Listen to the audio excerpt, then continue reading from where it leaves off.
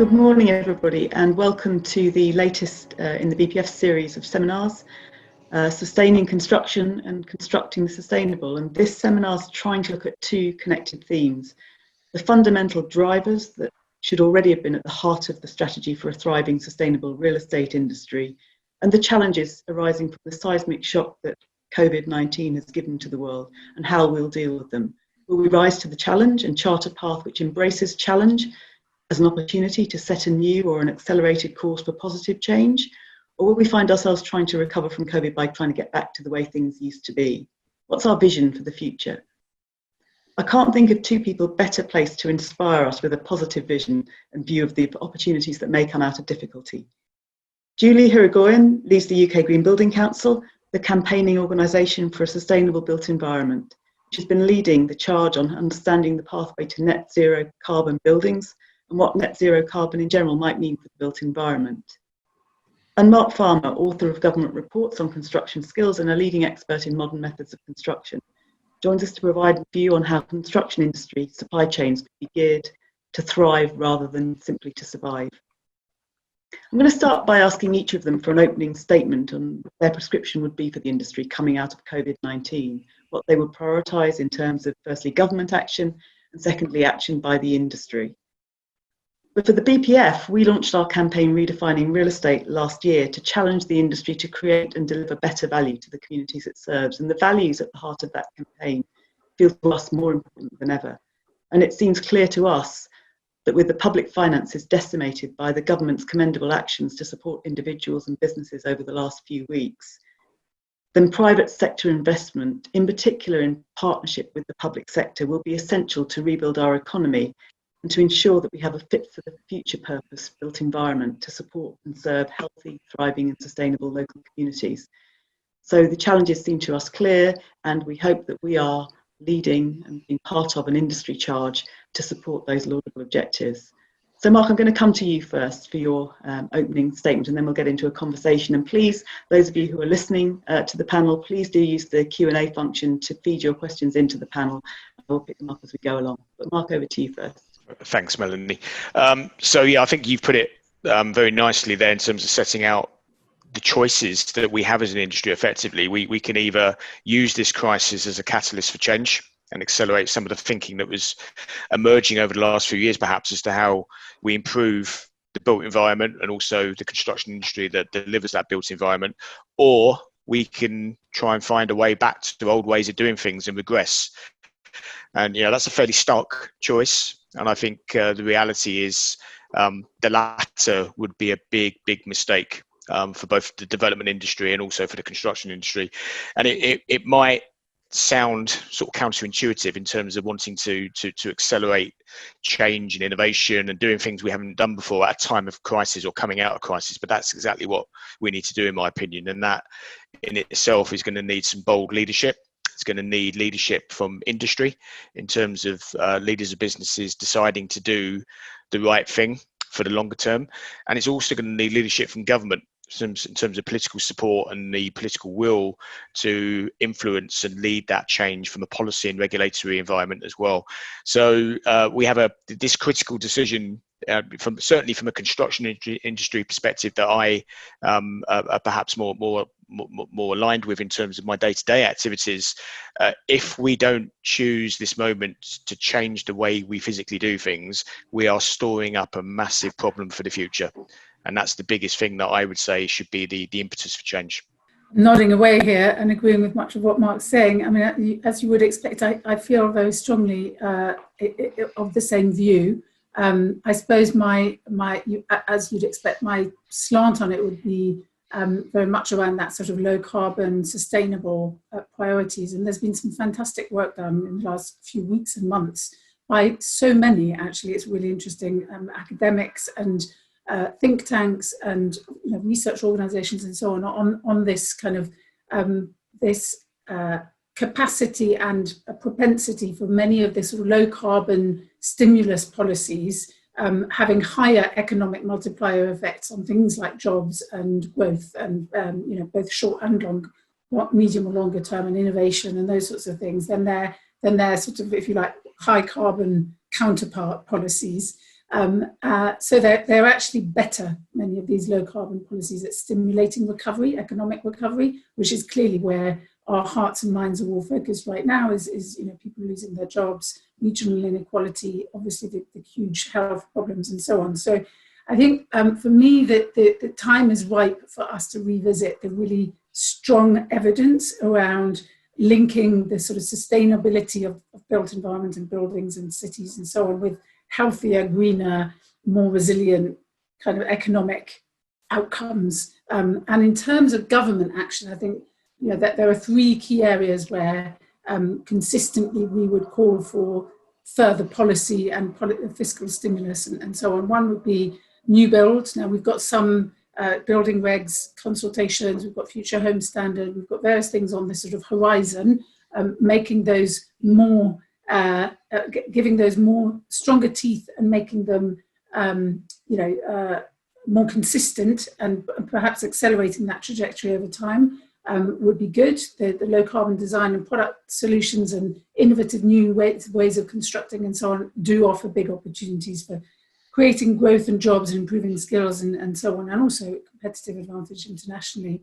The second would be home retrofit, which is consistently cited as a kind of win-win policy stimulus by so many, given that it's got the potential to really create that sort of levelling up agenda, address that levelling up agenda, creating jobs right across the country, increasing consumer spend potentially by reducing energy bills, obviously, and also reducing pressure on the NHS in winter months from kind of cold, leaky homes.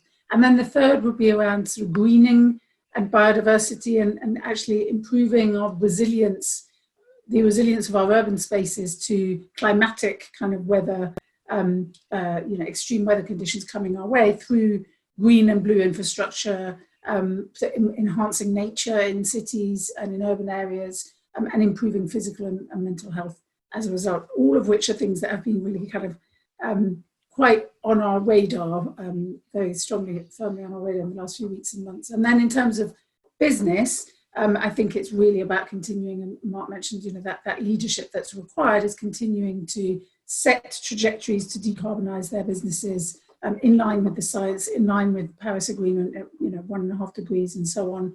And from a buildings point of view, that really looks at by when could they set targets and commitments to have net zero carbon buildings, and whether those are being designed, occupied, constructed, or what have you, but that's the ultimate goal. Okay, well, let's stick with the government half of the equation first then. I mean, what's your sense, Julie? I mean, that's a hugely complicated and challenging agenda. Is there government headspace for all of that, given all the other things they're dealing with at the moment? What's your sense on that? I mean, it's really challenging to determine that right now. We definitely, we're still having meetings with all the relevant officials within the relevant departments. In fact, some suggestions that there is an appetite to go further faster than there was before, in recognition of the fact that this point about the sort of, the pulling us out of the COVID crisis can't just kind of pull us out of immediate danger. It needs to prevent other seismic risks which are kind of just behind, such as climate change. So there does seem to be a recognition of some of that. Several senior ministers have pointed to this as an opportunity to decarbonise faster, to get the energy transition underway and so on. So I think the intent is there. Whether the capacity and kind of bandwidth is there at a kind of official level is really hard to gauge. But as far as I'm concerned, if the intent is there, then there's something to work with. And Mark, what about from your perspective? I mean, you've been championing innovation for a very long time, and government has got behind that. Do you think that that appetite is still there to really drive that agenda? And is there the capacity, to Julie's point, in government to really grip this? The discussions I've had with government since the crisis started have been positive, but caveated by what Julie said as well, that actually their head is in lots of different spaces at the moment. They're obviously dealing with an immediate response phase in terms of what they have to do at a macroeconomic level before really starting to think about sector-specific recovery plans and responses that start to look at things like the built environment and construction. But clearly, from my discussions with the housing minister, he is very much supportive of modern methods of construction, very much supportive of innovation, the need to diversify the market, improve productivity, deliver build quality, and part of that is all about the carbon equation as well. So one of the things that I think is a really important bellwether, if you like, for if government is starting to get its head round its sort of short, medium, longer term actions for the built environment, will be how it takes forward the Future Home Standard. So that as an immediate, tangible next step is going to be really interesting. So obviously that document came out for consultation, got a bit of a rough ride, probably quite rightly in terms of perhaps its perceived lack of ambition.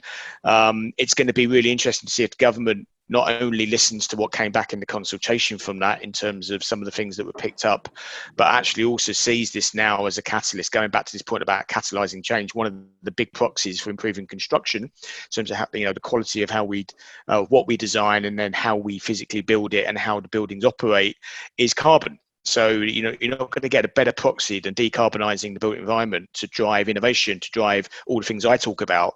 Modern methods of construction are purely a means to an end, and the end should be better outcomes, of which carbon is one of them. So from my perspective, I'm hopeful. I'm also a realist. So I know that the government's got lots on its plate at the moment, and all I would ask, and what I will continue to challenge government to do in my capacity as MMC champion, is just to remember the role of innovation in creating a longer term positive legacy for construction. Don't just go for any old recovery, go for a good green recovery that drives the industry to a better place. Focus groups are increasingly important in government these days. So what's the sense from both of you as to how ready the public and how supportive of that agenda the public is? I mean, are people looking beyond whether they'll have a job in the next 6 months or whether they'll be able to pay for their mortgage or their rent payments at the moment, do you think? Yeah, I was going to come in on that because there was a poll done by Ipsos Mori at the end of April, I think it was, which was actually a global poll.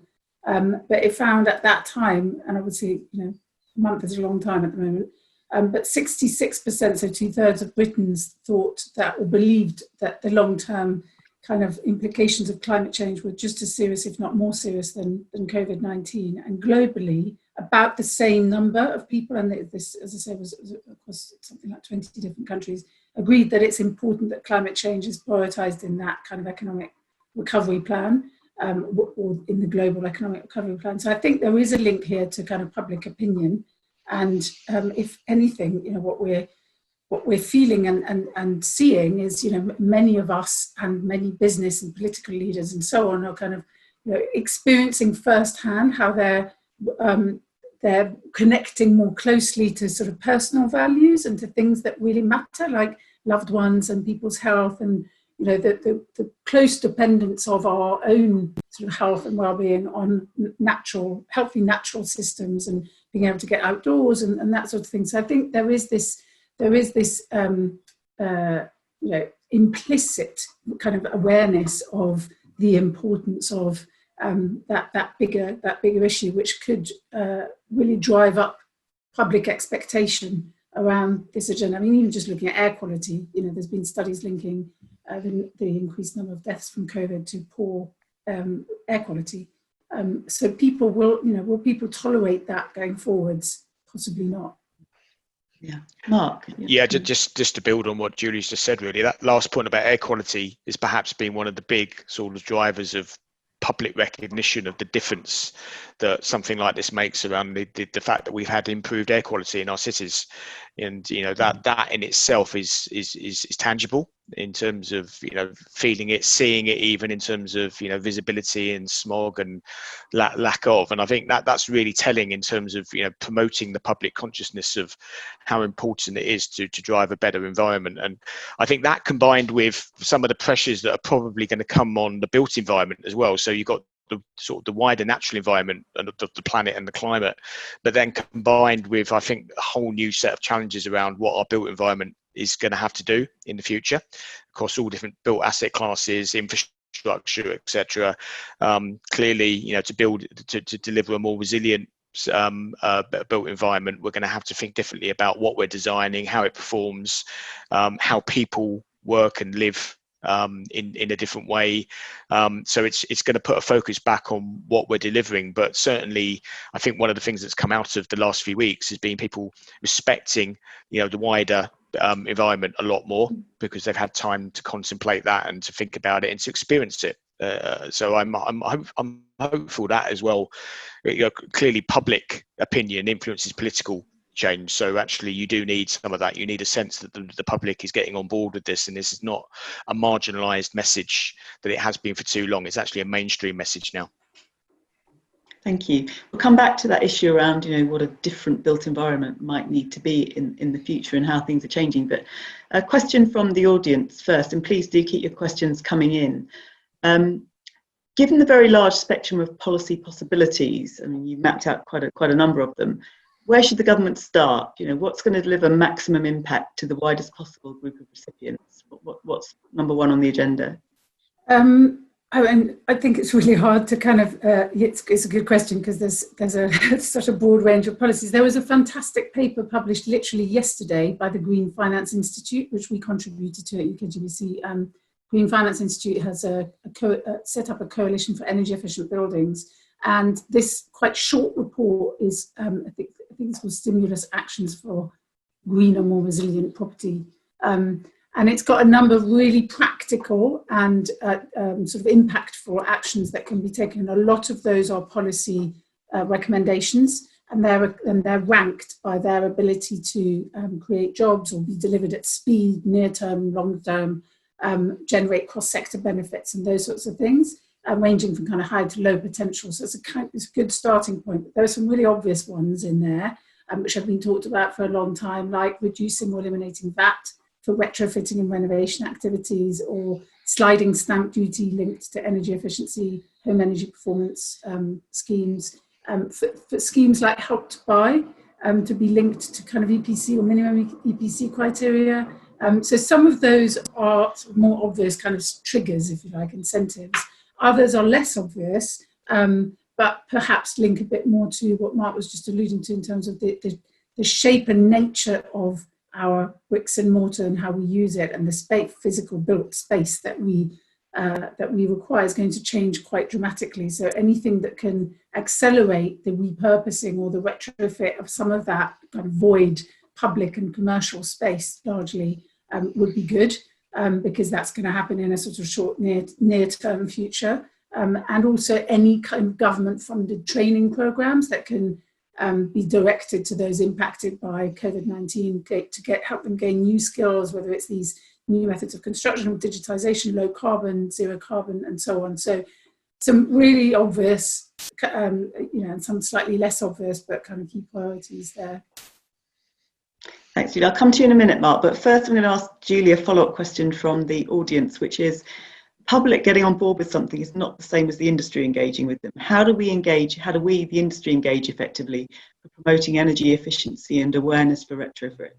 From where I sit, the industry is already quite engaged. Certainly we have 450 or so members at UKGBC, all of whom are very engaged with these topics. In fact, many of them have fed into our own green recovery asks, which I just kind of very briefly alluded to there in my initial response. So I think it is about connecting cross disciplines, engagement, multidisciplinary kind of collaboration, and calling for some of these simple yet effective kind of policy and other measures that can be taken collectively, rather than 1,000 different voices, which is sort of where we've been in the past, and I think it bombards with confusion those in kind of certainly in political office, and doesn't necessarily give a kind of a cohesive, consistent viewpoint from the industry. So it is absolutely down to all of us to collaborate, reach out to each other, try and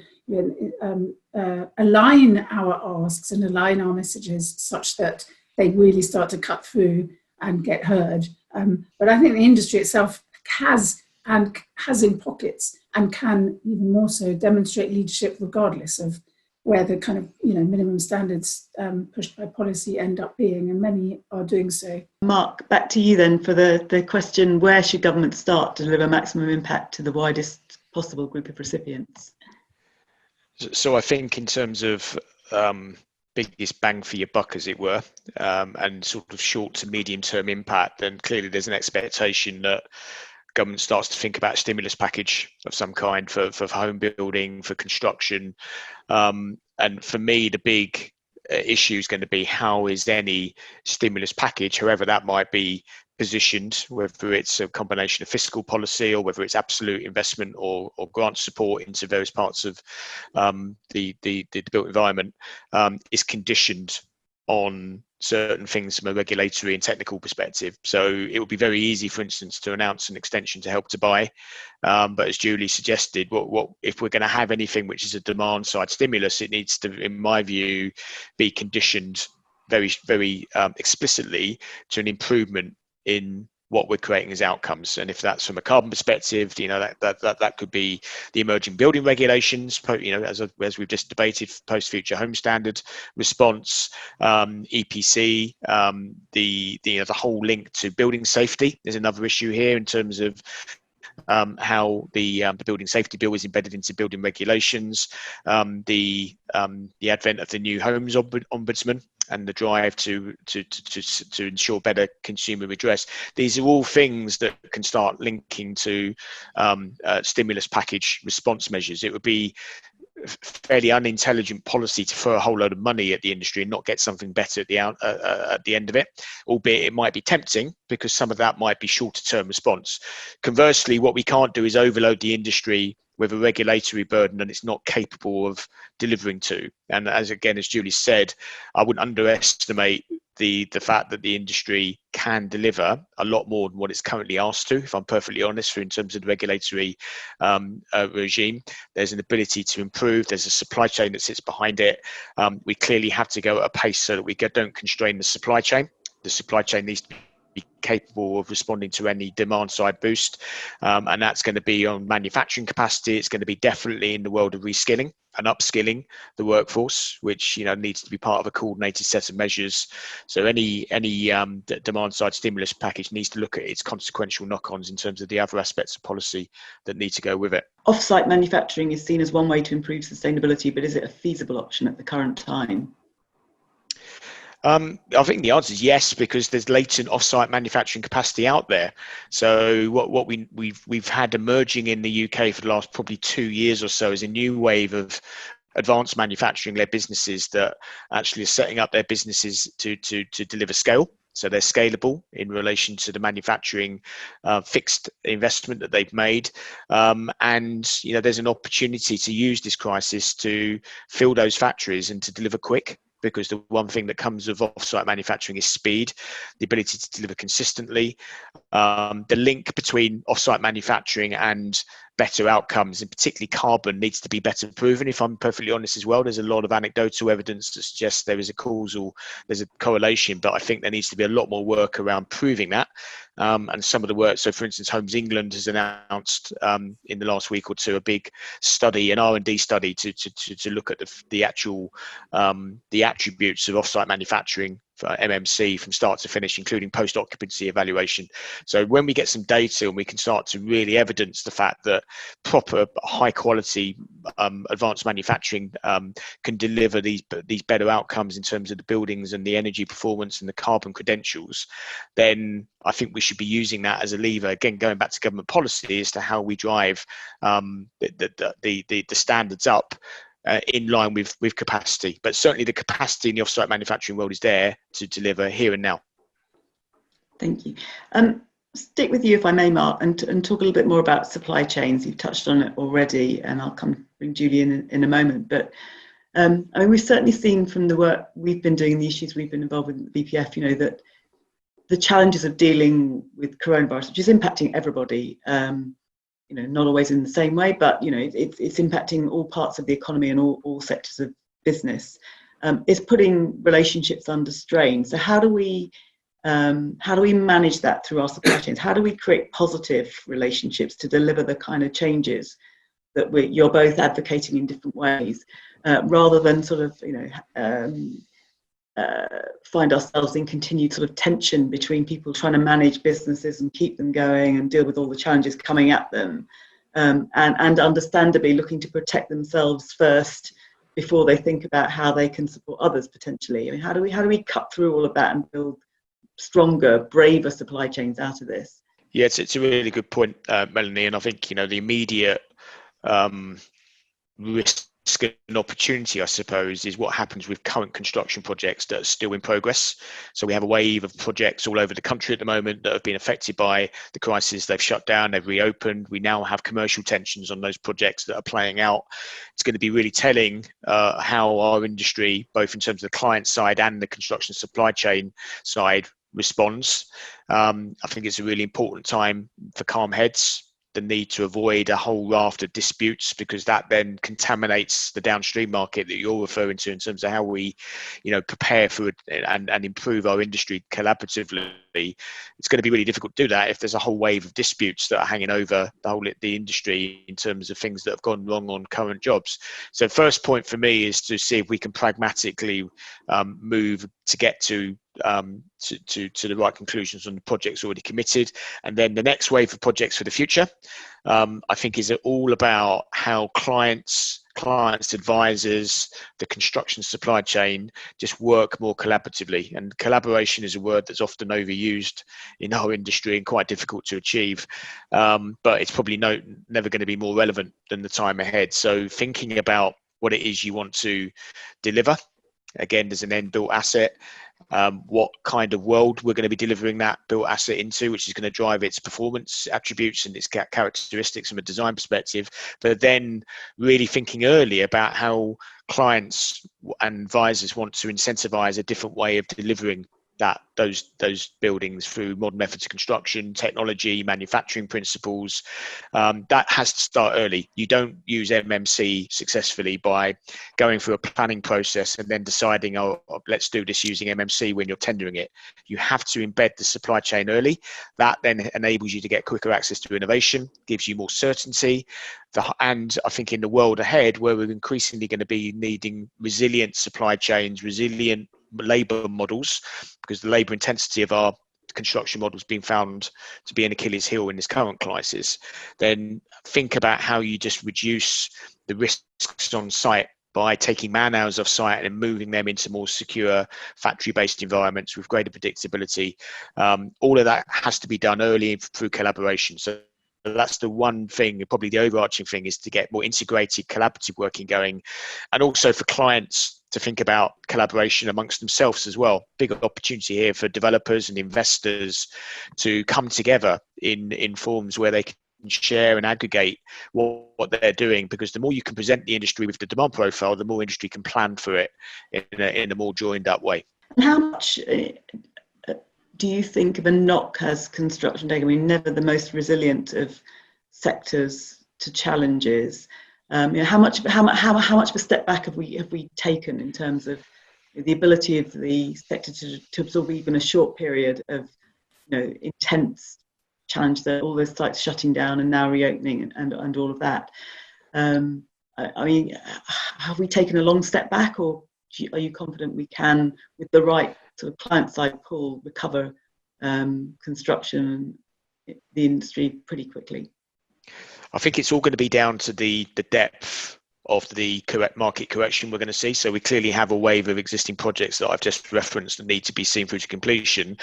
The telling factor is going to be how many new projects are commissioned across the piece. So some of that's going to be subject to government stimulus program, including in social and public infrastructure, but private developer and investor confidence is going to be macroeconomically linked. So it's all going to be about what happens in the bigger picture around our economy.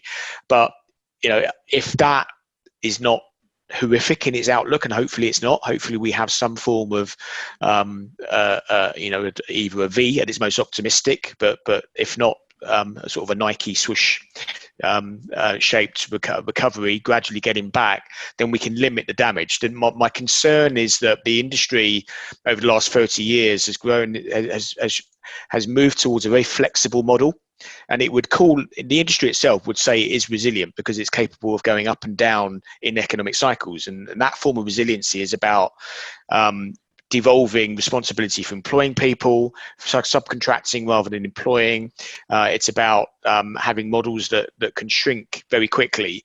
And that's also its Achilles heel, because actually when it comes to expanding and increasing the workforce and growing capacity, it's not able to do that because workforce shrinkage, lack of loyalty from the supply chain, the inability to drive long-term relationships, it fundamentally undermines its ability to recover well. So I'm nervous that if the recovery, if the downturn is too deep and long, we do have serious problems ahead in terms of the capacity of construction to ultimately service the built environment sector in any recovery phase. I mean, I would echo much of what Mark said. I think this places a whole new sort of urgency and immediacy on the whole concept of kind of, or even the definition of what we mean by being corporate, what corporate responsibility means, because, you know, to your point, we're all in this together. So sharing that risk and, you know, and collaborating over how to overcome it is almost imperative to kind of long-term business viability. So there were some really interesting, you know, studies that often are studies that link kind of the share price, you know, variations between companies that show really strong ESG, so environmental, social and governance records, compared to just like general FTSE or various others. And there were some studies done in the early stages of the pandemic where economies had closed down and stocks were being hit quite hard, where as stocks tumbled because of the pandemic, some of these firms with strong ESG records were really outperforming those that didn't have them. I do think the quality and nature of those relationships is going to be absolutely critical to the long-term sort of success of any organization. And by that, I don't just mean suppliers, I also mean, you know, customers, staff, you know, investors and communities and so on. So that concept of sort of stakeholder capitalism, which has been theoretically bandied about, you know, for many years now, has come into sharp focus, I think, where that interdependence has become that much more starkly obvious. And those that ignore that, I think, will do so at their peril, because they are dependent on others for their success. So it's yeah, the nurturing the quality of those relationships and not turning just to the contractual response, I think, is absolutely crucial. Thank you. And another question from the floor, I think for you, Julie, primarily, because I think it's about ESG. So this landscape under discussion, so ESG is complex and confusing for many owners and occupiers of buildings. So if you were the owner of a portfolio of buildings, where would you start in terms of trying to deliver the best impact that you can deliver as a business owner, and get both the train on the tracks, as the questioner has it, but also to be true to the kind of values that we're talking about in terms of ESG? It is a confusing term, I would agree with that. Environmental, social and governance, it's quite an odd trio in the first place. But I think from my perspective, I mean, it's entirely business and portfolio dependent. It depends on what what types of assets, where they're located, what types of ownership structures and management contracts and and customer relationships and so on. So I think the point is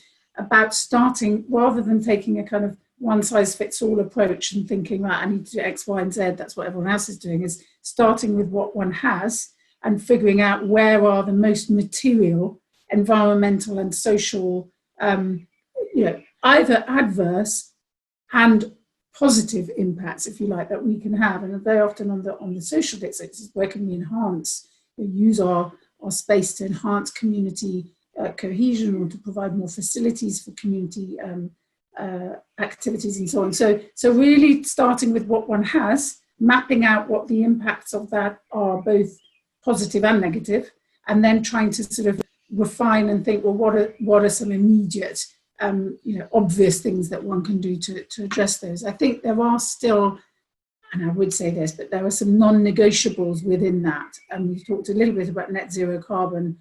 We operate in a legal context where our government has committed to achieving a net zero carbon economy by 2050. It's now law.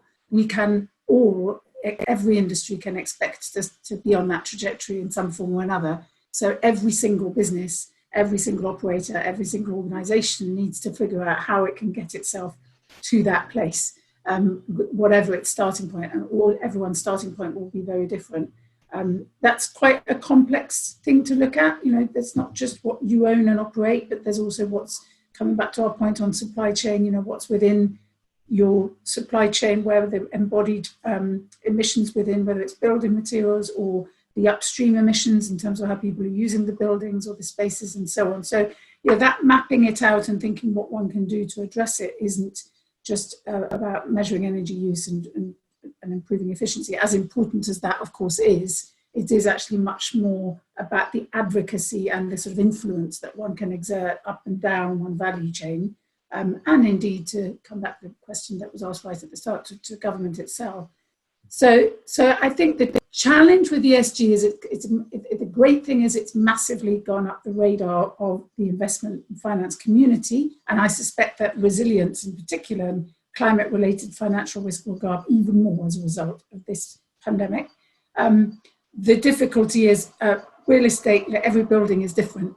And so trying to sort of just apply a cookie cutter approach to that from a kind of portfolio perspective is it can be meaningless and result in an investor not necessarily taking the most material action that they should. So I would always start with, what do we have? Where can we really make a difference? And let's really try and focus in on the areas that our unique portfolio can really drive impact. Thank you, and that's quite a neat segue into my next question, which we're moving towards the end of the session, so I'm going to get a slightly reflective, I think, if I may. So I think there's a general sense that actually the industry is in a better place and better prepared than it was for shock at the time of the global financial crisis, but equally that this is actually a sort of a different and more acute crisis potentially because of the scale of it and the nature of it. But if you think that things come in threes, so for the next challenge that faces us, what are we learning? What have we learned since 2008 that we've been able to use today, and how can we be better prepared for the next shock that comes at us? What are the tools that we would like to have now that we could think about for the future? How can we avoid getting, as best we can, getting caught out again, being resilient for whatever the next shock turns out to be. And I appreciate we're not over this one yet by any stretch of the imagination, but we should be continuing to try and improve our resilience, improve our understanding of the impact that different events have. So what are we learning along the way, and how can we prepare ourselves better for future shocks? If I give you my construction spin on that, so from a perspective of how we build a more resilient construction industry that then in turn can serve hopefully a more resilient development and built environment industry, then I think one of the things that construction has to address is this basic delivery model that it continues to operate, which is very much around fragmentation. And as I've said, it's fragmented for a reason, because it's shaped it. The industry shaped itself to be fleet of foot and to be able to expand and contract. But my thesis is that going ahead, that elasticity in the model is going to start failing, because as we erode the capacity of the industry, particularly the skills based, to deliver in the future, and particularly if we want to be delivering better quality buildings with better credentials, then that has a skills implication. So my take on this is that I've been preaching, if you like, for the last 3 or 4 years now, the move towards what I call a higher level of pre-manufactured value. The PMV of a project is the proportion of it that's manufactured, not site constructed in a traditional way.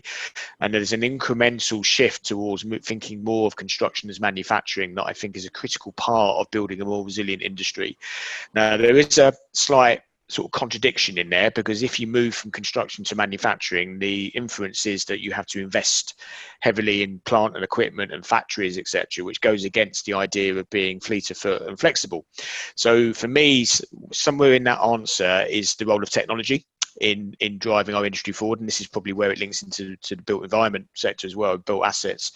For me, where the future is going to take us is this whole world of how digital technology, manufacturing thinking becomes more distributed. So the idea of MMC, for instance, just being big set piece factories in the Midlands or the North, I think is going to change. We're going to have some of that, but we're also going to see more closer to site, very flexible manufacturing that's technology led. So designers and developers thinking about more standardization of their products, aligned with what the customer need is and the regulatory environment, but the manufacturing happening in a much more flexible way, closer to site, using CNC machines and technology enabled processes. And there you have this sort of the culmination of the future of manufacturing meets the need for more flexible, resilient delivery models. So it's a bit of a utopian vision, but I think, you know, we are certainly at least part way on a journey towards that kind of industry 4.0 thinking. I mean, I think very simply, I would say we've been measuring the wrong things. We don't measure how buildings, let's just take buildings as an example, we are not measuring how they perform in the right way. You know, you just look at kind of even building regs and EPCs and those sorts of things. They're measuring a sort of design intent, not an actual outcome, a performance outcome. And I think that has been that in terms of us understanding our exposure as an industry to future risks, whatever those risks might be, whether they're safety or health or climate or, you know, all the many things that are out with our control, we don't know. The answer is we don't know to what extent they're resilient because we're not measuring the right things. So I think we absolutely have to learn to focus on performance outcomes, you know, across people, environment, finance, you know, community, and so on, but also take a longer term view in terms of, you know, to what extent does that leave us exposed and vulnerable to some of those medium and longer term risks. And in doing so, I think we need to get much, much better at transparency and data sharing, and it plays into the point Mark was making about digitization. You know, there's no excuse really for us for that not to be completely kind of publicly available and easy to find, and at the moment it isn't. So I think that those would be big lessons. If we could take those forward, that would help us the next time around. Great, thank you. Thank you both very much, Mark Farmer, Julie Hirigoyen. Fantastic discussion, fantastic panel. Thank you to everyone who joined us on this webinar. You will get a link by the end of the week so that you can share the discussion with your colleagues, your friends and family, if you like. Share it widely, please do. But thank you to my panelists, and thank you very much for joining us this morning. Thank you.